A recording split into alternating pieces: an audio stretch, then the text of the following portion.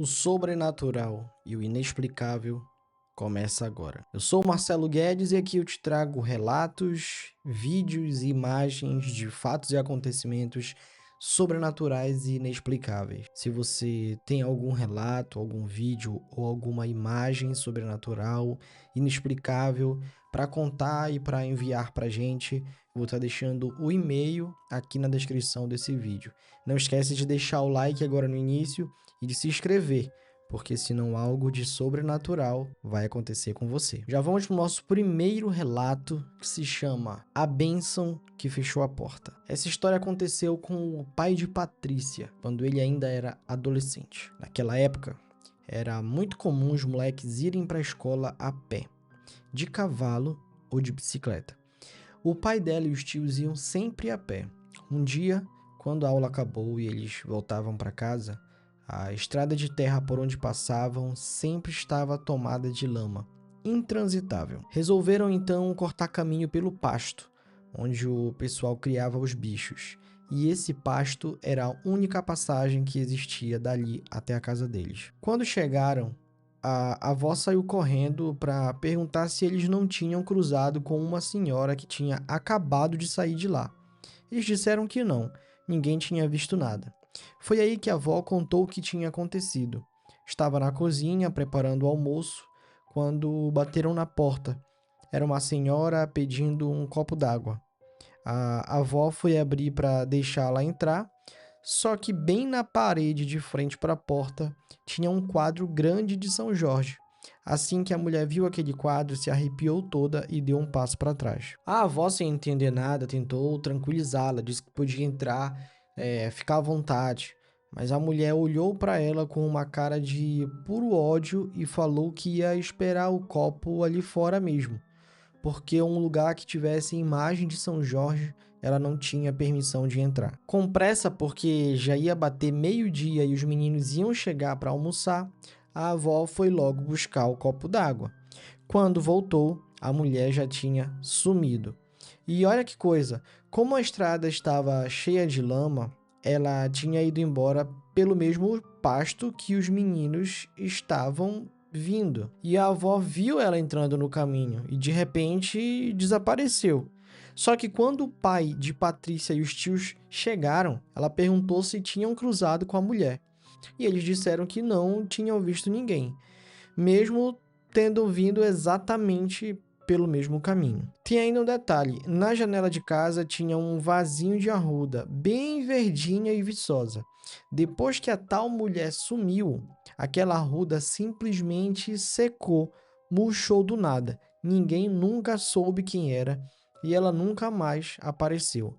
A avó, que hoje já se foi, sempre acreditou que era algo ruim, porque coisa boa não recusaria entrar numa casa com imagens de santo.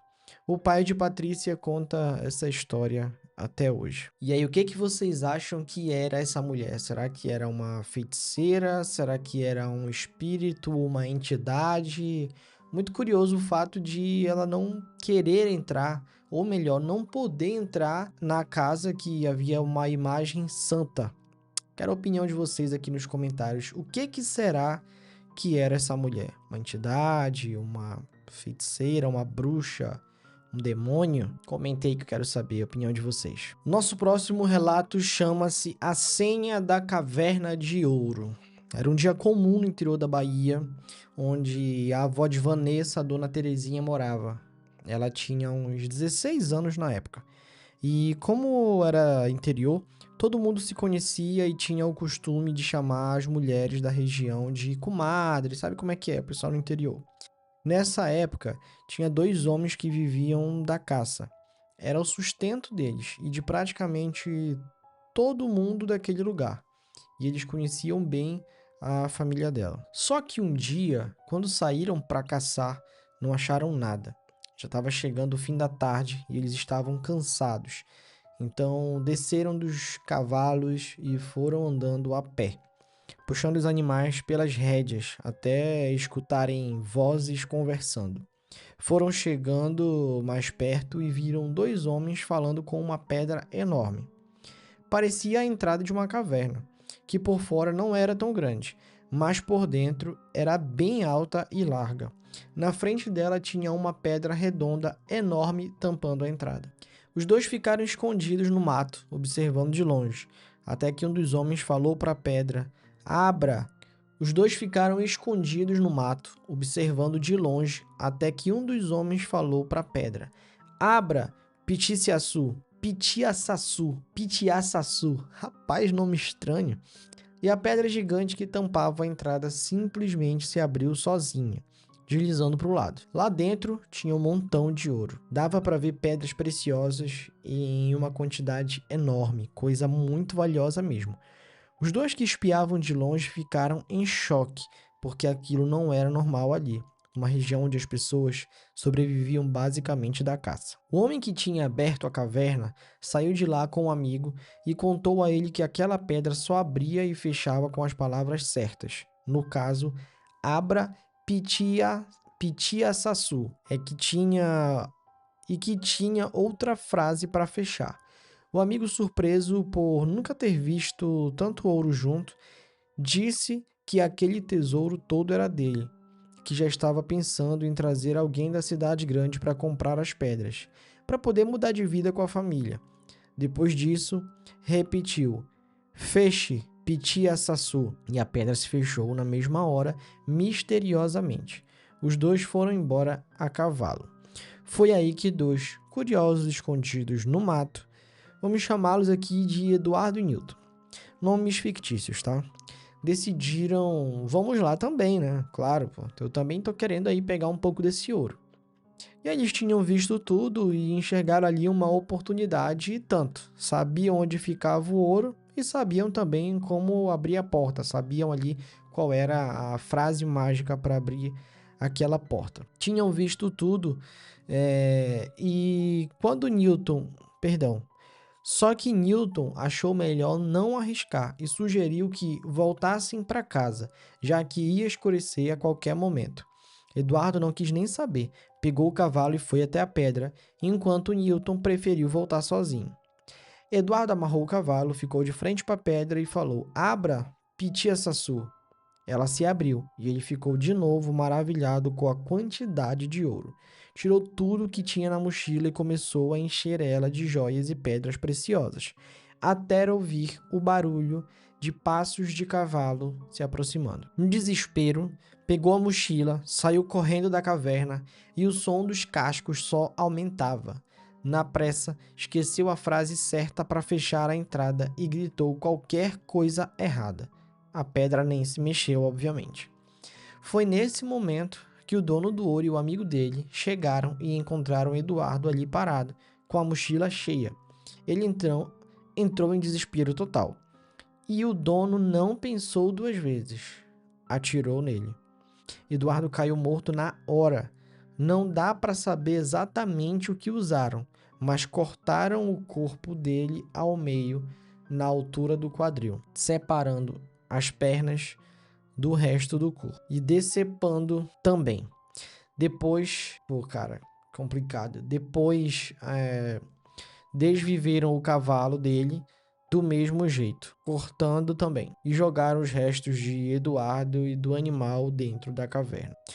A noite foi caindo e Eduardo não voltou para casa. Então Newton foi atrás dele.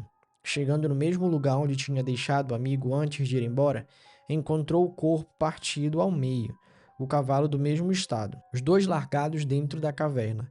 E tinha um detalhe: a pedra enorme que tampava a entrada não estava mais lá. E seria impossível um ser humano sozinho conseguir movê-la.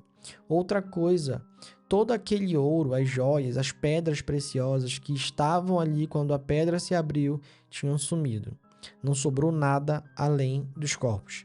E olha que, pelo tanto de ouro que as pessoas contam que tinha ali, seria impossível uma pessoa só carregar tudo aquilo embora em apenas 2 horas. Ia levar no mínimo uns 3 dias. Newton ficou desesperado, chorando e voltou correndo para casa com o cavalo. Foi direto na casa da avó de Vanessa e, como já era tarde da noite, todo mundo dormia, chegou gritando: Comadre, comadre, o Eduardo se foi. A avó escutou, foi ver o que era e Newton contou que tinha chegado no local e só encontrados restos mortais do corpo de Eduardo e do cavalo dele. Ela pegou a espingarda na hora e foi junto com ele mais 8 homens atrás do que tinha acontecido. No dia seguinte, de manhã, voltaram trazendo o corpo de Eduardo dentro de um caixão de madeira, levado o cavalo também. Todo mundo ficou em choque e perguntou a Newton o que tinha acontecido. Ele contou tudo antes de o amigo ter ido embora sozinho. Algumas pessoas acreditaram na versão dele, outras diziam que tinha sido o próprio Newton que acabou desvivendo o Eduardo. Mas isso não fazia o menor sentido, porque os dois eram quase irmãos e Newton o amava. Não tinha motivo nenhum para um crime desses. Eduardo foi enterrado e até hoje ninguém sabe ao certo o motivo real da morte dele, já que muita gente não quis acreditar em Newton, mas a família de Eduardo acreditou nele. E a mãe do rapaz até o perdoou por ter deixado o filho sozinho lá. Afinal, ele não tinha como imaginar o que ia acontecer. No final das contas, ele foi perdoado e só ele sabe de verdade o que houve com o amigo. Cara, que história bizarra, né, cara? Que história bizarra. Quer dizer que, primeiro de tudo, o sobrenatural já começa com a frase mágica para abrir uma pedra que dá acesso a uma caverna e tem um monte de ouro escondido ali. E isso por si só já é uma outra coisa sobrenatural também, né? De ter uma caverna, que uma pedra mágica que abre com uma frase mágica, um monte de ouro também, num lugar extremamente pobre. Isso tudo parece coisas assim que são inimagináveis, inexplicáveis realmente, inexplicáveis. E aí, para completar, toda aquela quantidade de ouro simplesmente sumiu em poucas horas, né? Porque desde que o Newton foi embora até o momento que ele voltou para ir atrás do Eduardo, né? Que já tinha anoitecido, então em poucas horas tudo aquilo ali sumiu, sendo que levaria uns 3 dias para uma pessoa comum conseguir retirar tudo aquilo que estava ali dentro. Então, outra coisa inexplicável foi o sumiço de toda aquela todo aquele ouro, todas aquelas joias. E outro ponto inexplicável também foi a pedra também ter sumido, sendo que era uma pedra que ninguém ali conseguiria mover, né? Precisaria talvez de equipamentos e que na época e veículos que na época talvez nem tinha ali na cidade, né? Muito inexplicável e sobrenatural, realmente. Quero saber aqui o que vocês acharam desse relato. Eu achei fantástico, o melhor aqui dos dois até o momento. Agora bora pro nosso próximo relato. O assobio que veio da mata. Esse caso aconteceu com o pai e o tio de Rafael. A família dele sempre foi muito ligada a esse tipo de coisa. Essa sensibilidade para ver espíritos vem de longe. E até hoje ninguém sabe explicar o motivo. Inclusive, o próprio Rafael já teve experiências parecidas. O pai dele via demais essas coisas. Hoje em dia, bem menos porque colocou limites. Mas quando era mais novo, isso acontecia com muita frequência. Nesse dia específico, o pai e o tio estavam caçando, como era comum antigamente. Já passava da meia-noite quando o pai ouviu um assobio vindo de longe. Não deu bola, achou que era coisa boba, já que aquilo era comum na região. O tio, porém, estava entediado e, achando que era passarinho, resolveu assobiar de volta. Oh, meu amigo, passarinho, meu amigo. O pai avisou logo na primeira vez que ele parasse, porque aquilo não era passarinho nenhum. Até porque passarinho não assobia de madrugada, exatamente, até, pô, pelo amor de Deus. O tio não deu ouvidos, disse que não tinha problema e assobiou de volta mais 2 vezes. Na terceira vez, eles escutaram árvores estalando e sentiram uma presença se aproximando no meio do mato. Assim que ouviram aquele barulho, desceram da árvore onde estavam o mais rápido que conseguiram.